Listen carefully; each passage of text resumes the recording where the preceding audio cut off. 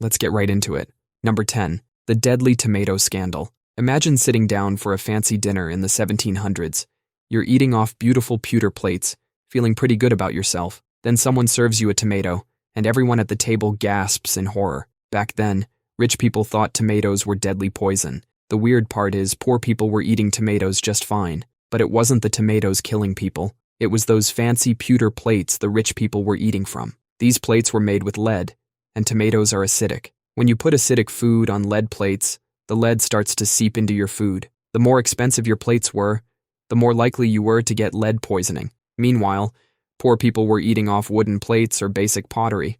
No lead, no problem. The fear got so bad that some European countries banned tomatoes. This went on for about 200 years. That's 2 centuries of people being terrified of what's basically pizza sauce. In 1820, a guy named Robert Johnson ate a whole basket of tomatoes in public. A crowd gathered to watch him die, but he just kept living his best life. Number 9. The sweet sip of madness. The Romans had this special way of making their wine sweeter. They would boil down grape juice in lead pots until it turned into a thick syrup called sapa. This syrup wasn't just sweet, it was loaded with lead acetate, also known as sugar of lead. Lead acetate actually tastes sweet, so the more lead that leaked into their wine syrup, the better it tasted. Rich people would add extra sapa to their wine to show off how wealthy they were. They were paying premium prices to poison themselves in style. Lead builds up in your body over time, causing all sorts of symptoms. First, you might get forgetful. Then you start having trouble controlling your emotions. Eventually, you could end up completely losing your mind. Some historians think this might explain why so many Roman emperors were extremely unstable. Take Emperor Caligula. This guy made his horse a senator and declared war on Neptune, the god of the sea. He ordered his soldiers to stab the ocean with their swords. The Romans actually noticed that people who worked in lead mines got sick, but they never made the connection between their sweet wine and the same poison. Number 8. Rhubarb leaves. The Victorian killer. During World War I, the British government was desperately looking for new food sources. Their solution was telling people to eat rhubarb leaves. While rhubarb stalks are perfectly fine to eat, the leaves are basically nature's attempt at chemical warfare. These leaves contain something called oxalic acid. A tiny bit of oxalic acid isn't a big deal. It's in lots of foods like spinach. But rhubarb leaves contain so much oxalic acid that eating just a few pounds could kill you. The British government actually published recipes for rhubarb leaf dishes during the war. When you eat these leaves, the oxalic acid starts stealing calcium from your blood like a molecular pickpocket. Then it forms tiny crystals that destroy your kidneys. Imagine trying to filter coffee through a strainer full of sand. That's basically what happens to your kidneys. The victims would start feeling nauseous, then get stomach cramps, and if they ate enough, their kidneys would completely shut down. Meanwhile, their bodies were turning into crystal gardens from the inside out. The government only stopped when doctors started reporting cases of mysterious kidney failures. Turns out telling people to eat poison leaves during wartime isn't the best public health strategy. Number 7. The sprouted potatoes that sprout funerals. When potatoes get stressed, like when they're exposed to light or start sprouting, they produce something called solanine. It's the potato's way of saying, eat me and find out what happens. First, you get what feels like the world's worst food poisoning. Then come the hallucinations, paralysis, and if you're really unlucky, your heart decides to stop. In 1979, a bunch of school kids in London learned this the hard way. The school's potato supply had been stored improperly, turning their cafeteria into an accidental poison factory. 28 kids ended up in the hospital thinking they were on some weird potato-induced trip. Today, we know better than to eat green or sprouted potatoes, but every now and then, someone thinks, how bad could it be? And finds out exactly how bad it could be. Number 6. Pork. The worm within. Imagine you're sitting down to a pork dinner in the 1800s. You take a bite, and without knowing it, you've just invited trichinella worms into your body. These parasites are about to turn your muscles into their new apartment complex. You eat that undercooked pork, and the tiny worm larvae hiding in the meat wake up in your stomach. They burrow through your intestinal wall and start traveling through your bloodstream. That's just the beginning of your nightmare. These worms can turn your muscle cells into nurse cells. They transform your muscles into worm nurseries. Your muscles could be housing thousands of tiny parasites. The symptoms start like food poisoning. Then your muscles start to hurt intensely.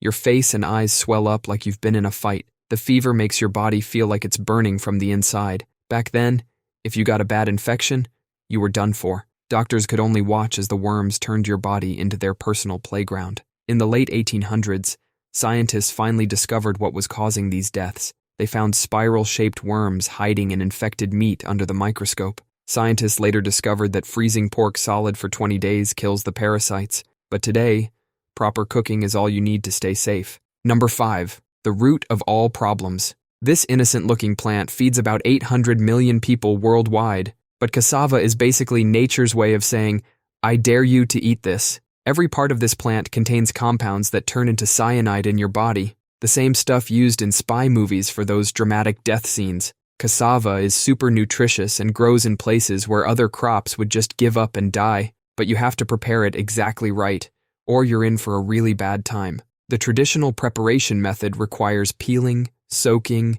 drying, and cooking it perfectly. Skip any of these steps, and you might as well be chewing on a cyanide tablet. In the early 1900s, entire villages in Africa would sometimes get wiped out because of improperly prepared cassava. The symptoms start with dizziness and headaches, then progress to vomiting, and in severe cases, your nervous system just shuts down. People who survive cassava poisoning often end up with permanent paralysis, a condition called konzo. During droughts, the plant actually produces more cyanide, so when people need food the most, their staple crop becomes even more dangerous. Number 4. The polished poison of white rice.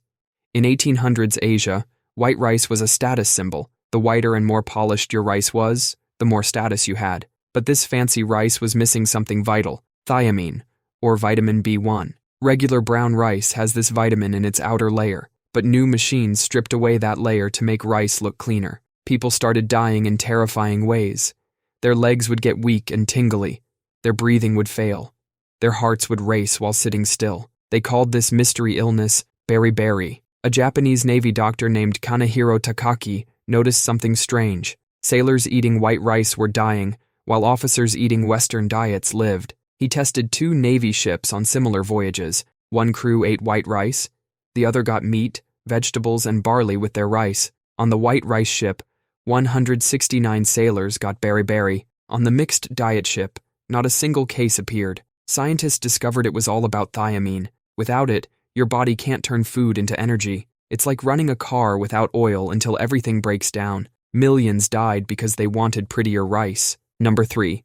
The corn curse. Back in the early 1900s, people in the American South were dying from something called pellagra. Your skin would start peeling off like a sunburn from hell, you couldn't stop having diarrhea, and then you would literally go insane. And it was all because people were eating corn wrong. The ancient Aztecs and Mayans knew you had to soak corn in lime water before eating it. This process is called nixtamalization, and without it, corn is basically a slow-acting poison. When the Europeans brought corn back home, they forgot to bring the instruction manual. Without this special treatment, corn doesn't release its niacin, vitamin B3, and without niacin, your body starts falling apart. By the 1900s, pellagra was killing thousands of people every year in the American South. Doctors thought it was an infection, or maybe insects, or even bad air. In some mental asylums, about 1/3 of all patients were actually just suffering from pellagra-induced insanity. They were locked up in mental hospitals, all because of their simple corn-based diet. Dr. Joseph Goldberger finally solved the mystery by having prisoners eat nothing but corn.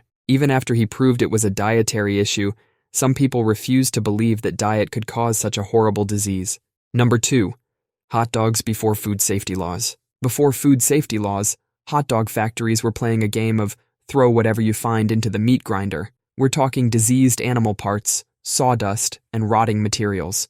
The factories were so filthy that rats would fall into the meat grinders. The meat would sit out for days in the summer heat. No refrigeration, no safety checks, just meat cooking in the sun like a bacterial playground.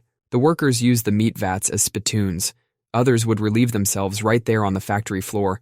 People were dying from eating these hot dogs. Botulism outbreaks were so common that doctors called it the sausage disease. When Upton Sinclair wrote The Jungle about these conditions, he described workers falling into meat vats and becoming part of the next batch. President Theodore Roosevelt read the book during breakfast.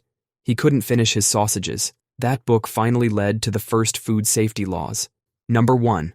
Ice, the hidden killer. Back in 1850, ordering a cold drink at your local bar might have been the last decision you ever made. Ice wasn't made in clean factories like today.